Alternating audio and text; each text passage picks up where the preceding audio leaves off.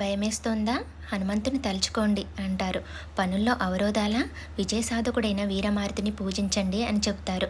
అనిర్వచనీయమైన శక్తికి, అచంచలమైన భక్తికి అసలైన ఉదాహరణ ఆంజనేయుడే మరి. అందరికీ ముందుగా హనుమాన్ జయంతి శుభాకాంక్షలండి. శీఘ్రంగా అనుగ్రహించే దైవం ఆంజనేయుడు. సులభంగా అభయమిచ్చేది ఆయనే. ఆ స్వామిని తలుచుకుంటే చాలు భయాలు, రుగ్మతలు దూరమవుతాయి.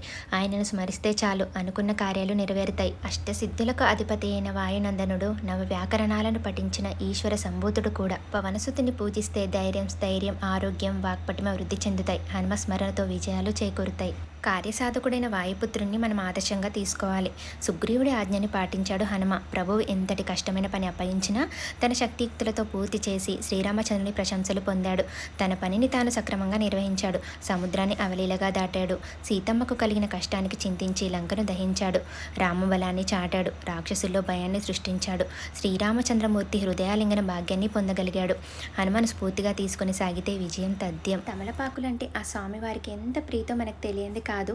ఈ తమలపాకు మాల ఆ స్వామివారి మెల్లో వేయాలని మొక్కుంది నాకు. మా మనీష్ పెళ్ళప్పుడు 108 ప్రదక్షిణతో పాటు ఈ తమలపాకు మాల వేస్తానని కూడా మొక్కుకున్నాను. ప్రదక్షిణ మొక్కు ఎప్పుడో తీర్చేశాను, కానీ ఈ మాల వేయడం ఎన్నిసార్లు అనుకున్నా కుదరలేదు. ఈ రోజు కుదిరింది అంటారు కదా, దేనికైనా టైం రావాలి అని చెప్పి. ఈరోజు హనుమాన్ జయంతి సందర్భంగా ఆ మొక్కు తీరినందుకు నాకైతే చాలా సంతోషంగా అనిపించింది. ఇంకా వీడియోలో చూపించిన విధంగా తమలపాకు మాల చేసుకొని, ఇంకా 3 తమలపాకుల మీద శ్రీరామ అని రాసుకొని గుడికి వచ్చి అక్కడ దీపం పెట్టుకొని పూజ చేసుకొని పంతులు గారికి ఆ మాల వేసి ఆ స్వామివారి మెడలో వేసి పూజ చేశారు. అర్చన కూడా చేశారు. ఇంకా ఇక్కడ ఎవ్రీ ఇయర్ అన్నదానం నిర్వహిస్తారండి. అన్నప్రసాదం స్వీకరించి ఇంటికి వచ్చేసాము. ఉంటానండి. జై శ్రీరామ్, జై హనుమాన్.